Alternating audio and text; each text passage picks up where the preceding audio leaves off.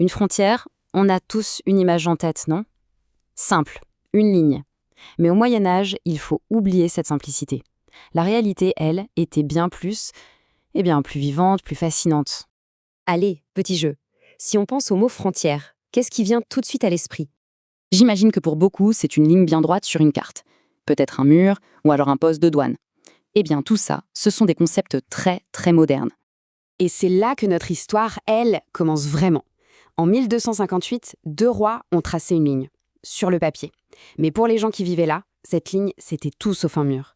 C'était une route, c'était leur gagne-pain, bref, c'était leur vie. Alors, comment est-ce qu'on en est arrivé là?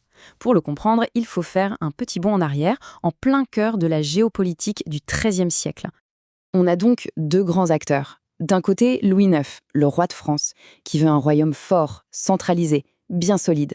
De l'autre, Jacques Ier d'Aragon, à la tête d'une puissance maritime qui regarde vers la Méditerranée. Deux visions, deux ambitions, qui vont devoir trouver un terrain d'entente. Et c'est de cette situation que va naître le fameux traité de Corbeil. L'idée, au fond, elle est simple, mettre un point final à des siècles de flou.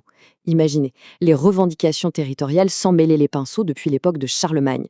Le grand rêve occitan est terminé. Il est temps de mettre de l'ordre sur la carte. Ce qui est vraiment intéressant dans cet accord, c'est sa logique. Ce n'est pas une guerre, c'est un échange. En gros, la France dit « Ok, on laisse tomber nos anciennes revendications sur la Catalogne, comme le Roussillon ou Barcelone », et l'Aragon répond « D'accord. Et nous, on renonce à nos droits sur le Languedoc, comme Carcassonne et Toulouse. » Le but, c'était vraiment ça, tracer une ligne claire, une bonne fois pour toutes. Bon, ça c'est pour la grande politique.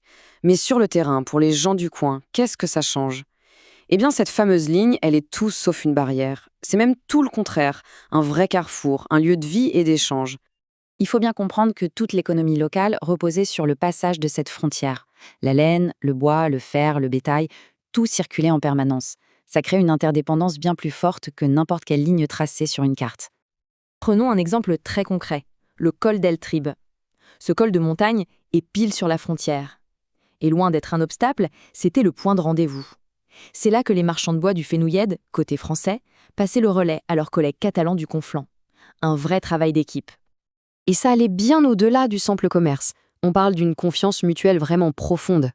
Ce contrat de parcérie, par exemple, c'est une sorte de partenariat d'élevage. Un propriétaire du Conflent confie ses moutons à un éleveur du Fenouillède, de l'autre côté de la frontière. Ils partagent tout. Les risques, les profits, la ligne politique, pour eux, elle n'existait tout simplement pas.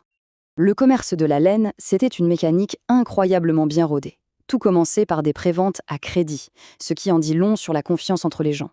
Ensuite, les acheteurs catalans passaient la frontière pour choisir eux-mêmes les toisons, directement sur le dos des moutons au moment de la tonte. Un système qui se moquait éperdument de la frontière. Évidemment, il ne faut pas être naïf. Une frontière, ça reste une frontière.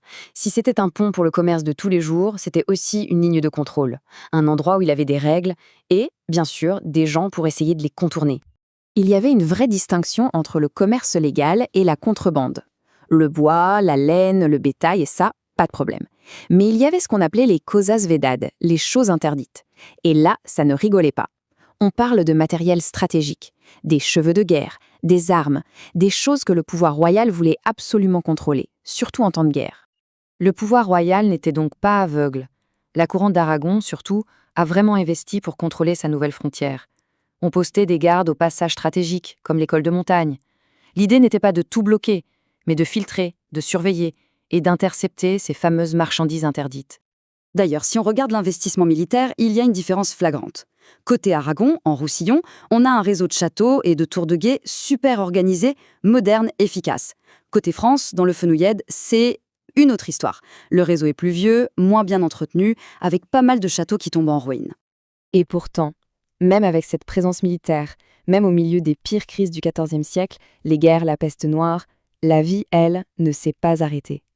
Le meilleur exemple, les gens du Fenouillède continuaient de traverser la frontière pour aller voir les notaires du Roussillon. C'est fou, non? Les liens du quotidien étaient tout simplement plus forts que les conflits des rois. Alors, que reste-t-il aujourd'hui de cette ligne tracée il y a presque 800 ans? Eh bien, son histoire est loin, très loin d'être terminée. Son histoire est assez folle. Elle naît en 1258. Un siècle plus tard, en 1364, les habitants des deux côtés s'allient pour combattre des mercenaires. En 1659, le traité des Pyrénées la rend obsolète. La frontière officielle se déplace. Fin de l'histoire politique. Mais sans fantôme, lui, est resté. Il faut se rendre compte. 400 ans. Pendant 4 siècles, cette ligne a été la frontière officielle entre la France et l'Aragon. C'est énorme. Une durée pareille, ça ne s'efface pas comme ça laisse forcément des traces. Et c'est peut-être ça, son héritage le plus puissant. Aujourd'hui encore, quand on franchit cette ligne invisible sur la carte, on change de monde. On quitte le pays occitan du Fenouillède pour entrer dans le pays catalan du Roussillon. La frontière politique a disparu, mais la frontière culturelle, elle, est toujours bien vivante. Et tout ça, ça nous amène à une dernière réflexion. Des lignes tracées sur du papier il y a des siècles ont été effacées des cartes officielles. Mais elles continuent de définir qui nous sommes, nos langues, nos cultures. La vraie question, c'est combien de ces frontières fantômes, de ces lignes invisibles de l'histoire, continuent de dessiner le monde dans lequel on vit aujourd'hui, sans même qu'on s'en rende compte.